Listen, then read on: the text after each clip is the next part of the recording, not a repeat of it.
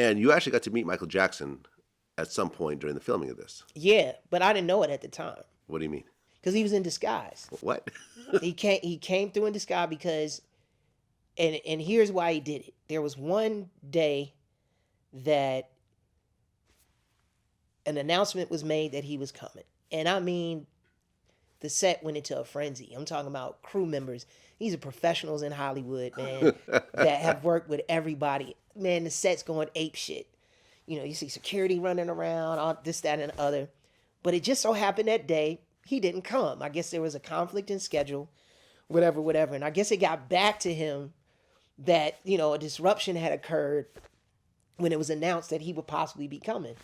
So when he eventually came to visit, an AD, I was on a break, and an AD, assistant director, pulled me over and said, "Hey, Jason, come to this trailer. Somebody wants to meet you," and blase blase. And so I came over to this trailer, and it was just what I thought was like this older white guy kind of just sitting there.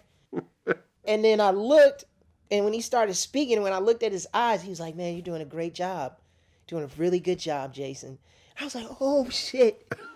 Michael?" He's like, "Hey, how you doing? I'm sorry I had to come like this, but, you know," I was like, "Dude, look." Well, what kind of disguise did he have? Explain it to me.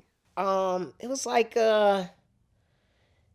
he had a beard for sure. He had a fake beard. He had a beard. Wow. Okay. He definitely looked like an older white guy. And I mean, even the clothes that he had on, because he was like cool with Rick Baker and shit. You know, the guy that did like American Werewolf and that did the makeup for Thriller and all of that. Oh yeah, for the video, yeah. Yeah. I mean, he was regarded as like Hollywood's biggest special effects makeup guy at the time. He had a real.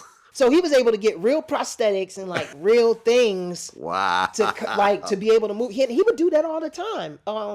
Just in his personal life when he wanted to feel normal, like a normal human being. Oh, he would get the special effects makeup guy to turn him into a different person. He would just walk through the world undercover without anyone noticing. I never knew this. Yeah. But when you're Michael Jackson, who's basically the most famous person since Jesus Christ. Mm-hmm. I can't name another person in between Jesus and Michael who's more famous than Michael. Yeah, I mean, they're wearing Thriller shirts in like, you know, remote parts of the world, third world countries and shit, yeah. You have to do, you know, really ridiculous things to try to get a level of privacy. Because I remember I interviewed Dallas Austin. Okay. Who worked with him. Yeah. Did a bunch of songs with him. Yeah. And he said that Michael was telling him that Russia was actually hiding him at one point. It's kind of him against the United States. You know, like when he went to where they were looking for him everywhere and the plane was landing in different places. And Michael's getting off here and the plane's taking back off, you know. And he's like, "Dallas, I was sitting in Moscow watching myself land in different places on TV because the United States is looking for me everywhere. And the Russian government basically hit him. And he wrote Stranger in Moscow in this hotel room while he's watching himself on TV. Like, the KGB is after me." And I was saying, "Hey, man, how much power do you have where the Russian government takes you and hides you?"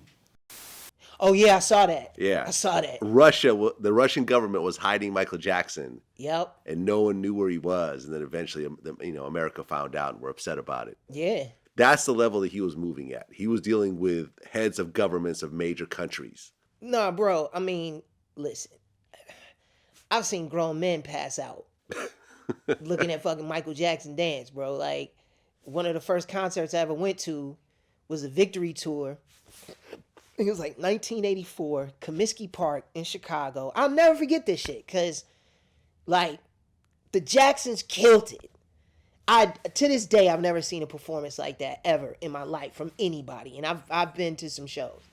But when Michael was doing his Thriller stuff and had the glove in it, I'm talking about grown-ass men from the south side of Chicago, gangster-looking ass motherfuckers, passing out in the middle of the field in Comiskey Park and seeing women and children crying just in awe. It was crazy. And even then on the set, again, that was, a confirmation that we were doing some other shit. Because when you see professionals that have been working in film, grown adults, losing their shit because they think somebody's going to show up on set, it's like, man, okay. It's Michael Jackson. It's Michael Jackson, man. I never got to meet him. One of my regrets. I feel you. Well, Yeah. I'm so thankful, even if it was in that little amount of time and those circumstances that they were. I'm glad that I got the opportunity at least just to say like thank you, because that really meant a lot to me. From that point on, throughout my gradual ascension and throughout the different stages of my career being in this business, that really helped to kickstart it and present me, before people and audiences and allow them to build a connection with me. Yeah. And nah, man, I'm eternally grateful to Michael and the family. Real shit.